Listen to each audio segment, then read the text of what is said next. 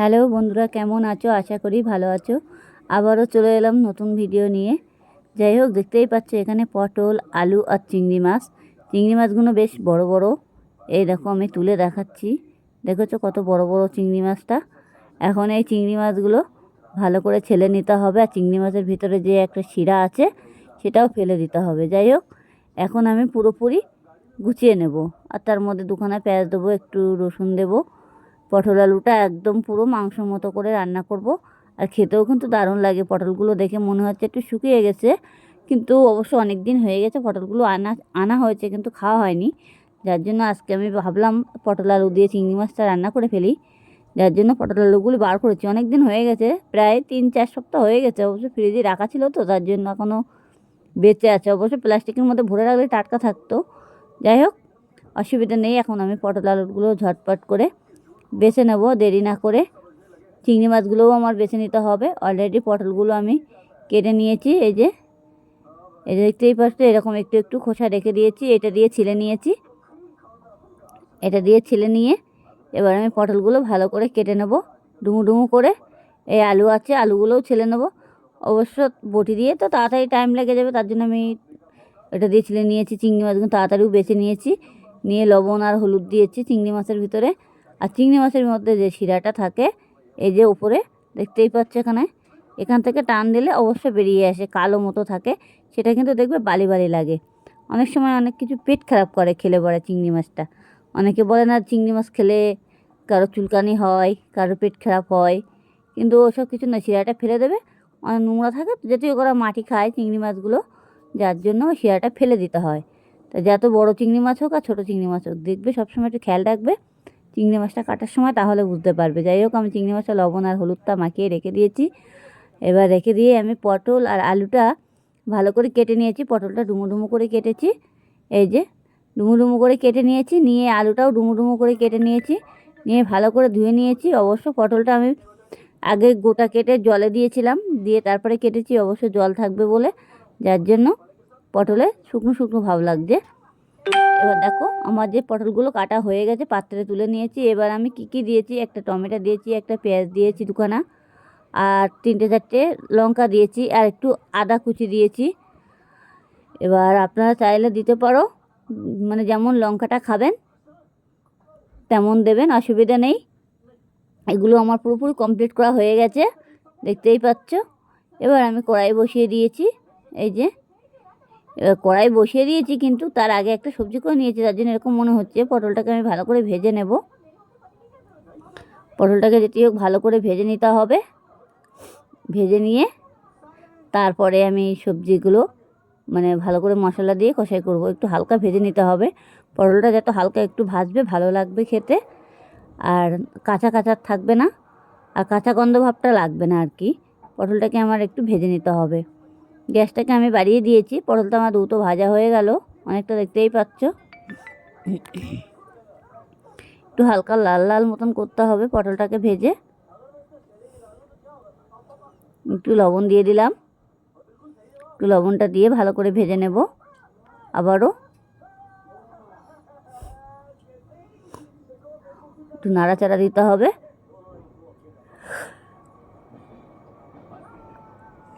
নাড়াচাড়া দিয়ে ভালো করে ভেজে নিতে হবে। পটলটা আমার খুব সুন্দরভাবে একটু লাল লাল মতো হবে। পটলে যে জল ভাবটা সেটা শুকিয়ে যাবে। যাই হোক, পটলটা আমার অলরেডি ভাজা হয়ে গেছে। এবার আমি যে চিংড়ি মাছটা সেটাও ভেজে নিচ্ছি। এই যে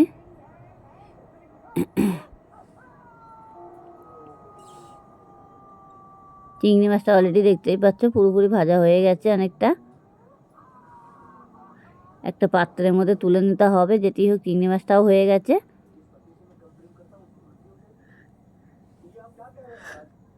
চিংড়ি মাছটা ভাজা হয়ে গেছে, আমি এখন তুলে নিলাম। কড়াইতে তেল দিয়েছি, দিয়ে জিরে ফোড়ন দিলাম। জিরে ফোড়ন দিয়ে এবার যে মশলাটা আমি করে রেখেছিলাম, এই যে সেটা আমি দিয়ে দিচ্ছি একবারে দিয়ে দিলাম। আমি আবারও বলছি কি মশলা আছে।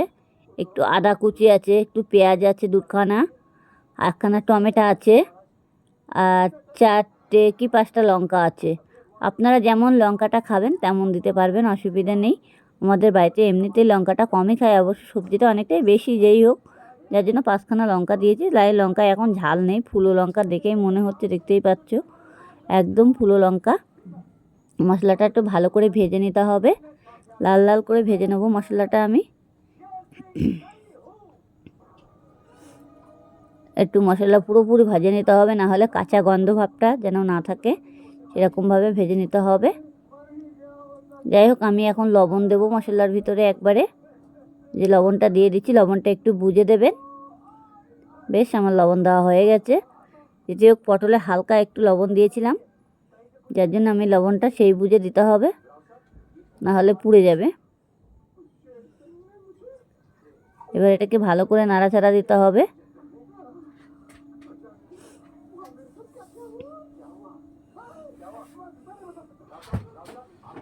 এবার আমি হলুদের গুঁড়ো আর জিরের গুঁড়োটা দিয়ে দিয়েছি।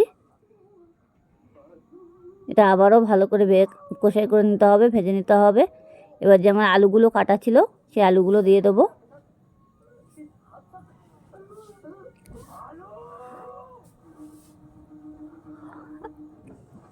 আলুগুলো দিয়ে দিয়েছি।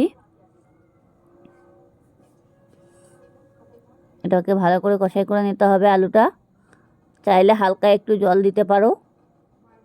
যেটি হোক, আমি একটু হালকা কোনো রকম পরিমাণে একটু জল দেবো, যাতে আলুগুলোর সাথে পুরোপুরি কষাই করা যায় ভালোভাবে, আর মশলাগুলো পুড়েও যাবে না। এই যে হালকা করে একটুখানি জল দিয়েছি, এটাকে ভালো করে কষাই করে নেব। এই যে পটল আর আলু, এই পটল আর চিংড়ি মাছটা ভাজা ছিল, সেটাও আমি ঢেলে দিলাম এই আলুর ভিতরে। এবার এটাকে ভালো করে কষাই করে নিতে হবে, জলটাকে পুরো টানতে হবে একদম পুরো সবজির মধ্যে দিয়ে। ভালো করে কষাই করতে হবে যাতে জলটা না থাকে, সেই বুঝে খেয়াল রাখতে হবে একটু তরকারির দিকে। যাই হোক, আমি আবারও বলছি, পটল, আলু আর চিংড়ি মাছ এইভাবে রান্না করলে পরে অসাধারণ লাগে খেতে। মানে অল্প একটু তরকারিতে পুরোপুরি ভাত খাওয়া হয়ে যাবে। ঘরে বসে একবার চেষ্টা করে দেখুন এই রেসিপি, দারুণ তরকারি হবে। যাই হোক, এটাকে দেখতেই পাচ্ছ আমার অনেকটা কষাই করা হয়েও গেছে। তাহলেও আমি আবারও একটু ভালো করে কষাই করে নেব, তো জল জল ভাবটা যেন না থাকে। এমনি কষাই করতে করতে আমার সবজি অর্ধেক রান্না হয়ে যায়, পুরোপুরি সিদ্ধ হয়ে যায় বললেও চলে। হালকা একটু কোনো রকমভাবে একটু জল দিয়ে তখন একটু ফুটাই নিতে হয়, তাহলে পুরোপুরি হয়ে যায়। দেখবে সবসময় সবজি যত কষাই করবে তত কিন্তু খেতে দারুণ লাগবে। যাই হোক, আমার সবজিটা কিন্তু অনেক কষাই হয়ে গেছে, কষাই করা জল নেই সবজির ভিতরে। এবার আমি জলটা দিয়ে দেবো সবজিতে। যদি মনে করবেন আপনারা একটু ঝোল রাখবেন, তাহলে সেই বুঝে জল দেবেন। যদি মনে করবেন না একটু মাখা মাখা থাকবে, সেই বুঝে জলটা দেবেন, অসুবিধা নেই। আমাদের একটু ঝোল ঝোল মতো রাখতে হবে। যেটি হোক, আমাদের বাড়িতে আবার তোমার ঝোল ছাড়া ভাত খেতে পারে না অনেক সময়।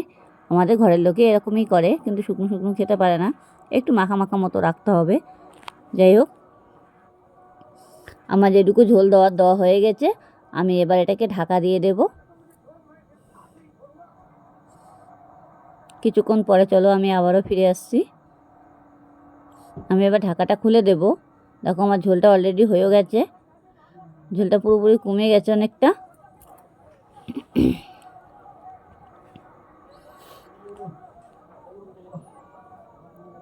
দেখেছ, এবার তরকারিটা হয়ে গেছে, আমি একটা পাত্রে ঢেলে নেব। এই যে পাত্রের মধ্যে ঢেলে নিয়েছি, দেখতেই পাচ্ছ একদম পুরো পারফেক্ট হয়ে গেল। ভালো লাগলে লাইক কমেন্ট করবেন, আর সব বন্ধুদের কাছে ভিডিওটা পুরোপুরি শেয়ার করে দেবেন। পুরোপুরি ভিডিওটা দেখবেন, টেনে টেনে দেখবেন না, তাহলে কিছুই বুঝতে পারবেন না। এবার আমরা এখন পরিবেশন করব। এখন এই তরকারিটা এক সাইড করে নেব। দেখতেই পাচ্ছ অলরেডি আমাদের কমপ্লিট।